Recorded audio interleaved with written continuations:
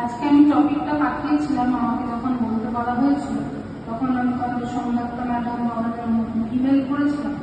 আমার আজকের টপিক হচ্ছে how music can help students.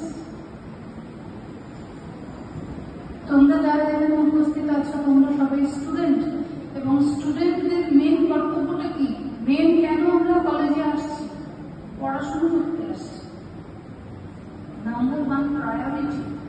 Number one priority of student হচ্ছে পড়াশোনা।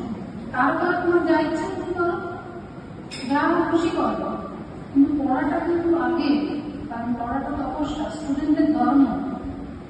সে যাই করুক কিন্তু তার পড়াশোনাটা করতে হবে, নাহলে সে স্টুডেন্ট নয়। Everything you do there should be a balance. সে তুমি কোনো হবি পার্সন করছো, কি তুমি কোনো রাজনীতি করছো, কি তুমি কোনো প্রফেশনে ঢুকে গেছো রোজগার করতে হবে বলে বলে, বা বন্ধুদের সঙ্গে আড্ডা দিচ্ছ, যা খুশি করো, কিন্তু যতক্ষণ তোমরা স্টুডেন্ট মাথায় রাখবে পড়াশোনাটা number one priority. Number one priority মানে কি? সব থেকে গুরুত্বপূর্ণ। স্টুডেন্ট লাইফ শেষ হয়ে যাক, তখন আর পড়াশোনা করতে হবে না। সারা জীবন তো স্টুডেন্ট থাকবে না তোমরা। এখন পড়াশোনা যতদিন করছো ততদিন কিন্তু প্রত্যেকে তোমাকে নিজেদের মতো করে পড়াশোনাটাকে নাম্বার ওয়ান প্রায়োরিটি দাও। তার মানে এই নয় যে প্রত্যেককে ভোর 5টায় ঘুম থেকে উঠে দিনে 14 ঘন্টা পড়তে হবে, তা বলছি না। যার যেভাবে সম্ভব সেভাবেই করবে, রিয়েলিস্টিক ওয়েতে করবে, বাস্তবসম্মত উপায়ে করবে, কিন্তু করবে, কারণ পড়াটা should be your number one priority because your a student. তো স্টুডেন্টদের ক্ষেত্রে এবার আমি আসি, মিউজিক কি করে হেল্প করবে।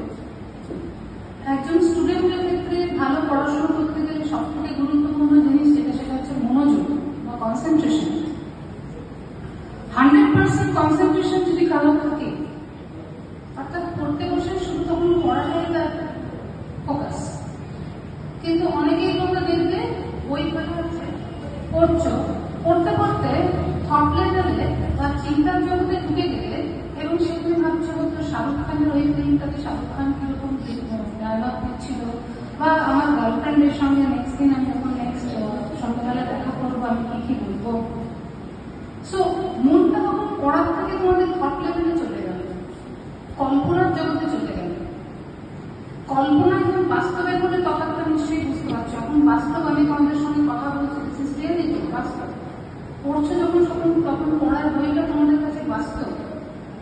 কিন্তু যখন চিন্তার লেভেলে ঢুকে যাচ্ছ, ফ্যান্টাসি ওয়ার্ল্ডে ঢুকে যাচ্ছ, টপ লেভেলে অনেক কিছু কল্পনা করে আবার যখন পড়ায় দেখছো, তখন দেখা গেল হয়তো 40 মিনিট 25 মিনিট আধ ঘন্টা কেটে গেছে, একই জায়গায় আটকে গেছো। পড়া কিন্তু একটু এগোয়নি, মধ্যখান থেকে কি হলো, সময়টা নষ্ট হলো। This is not S day dreaming, বাংলায় বলা হয় দিবা স্বপ্ন। এই যে আমি এখন কথা বলছি স্টুডেন্টদের জন্যই কথা বলছি, কিন্তু আমি এখানে বেশ দেখতে পাচ্ছি কে অ্যাটেন্টিভলি আমার কথা শুনছে, আর কেউ এর মধ্যে নিজেদের মধ্যে গল্প করে যাচ্ছে। আবার বলবো এটা তোমাদের চয়েস। তোমাদের কলেজের শিক্ষকরা তোমাদের এই সুযোগ দিয়েছে, আমাদের বলতে ডেকেছে, আমাদের বলতে হবে, কমিটমেন্ট করা। আমি বলছি ওনাদের কাজটা আমাদের সাহায্য করা, ওনারা করছেন, কিন্তু কতটা তোমরা অ্যাকচুয়ালি এর থেকে গ্রহণ করবে কি করবে সেটা তো কেউ ফোর্সফুলি জোর করে তোমাদের দিয়ে করাতে পারবে না। এটা তোমাদের নিজেদের অ্যাওয়ারনেস, তোমাদের নিজেদের সচেতনতা, নিজেদের দিকটা তোমরা বুঝবে। তোমরা কেউ বাচ্চা হও, এইটুকু সময় যতক্ষণ আমাদের সঙ্গে তোমরা থাকছো এই লেকচার সেশনে, এইটুকু টাইমে তোমরা কনসেন্ট্রেট করতে পারছো না।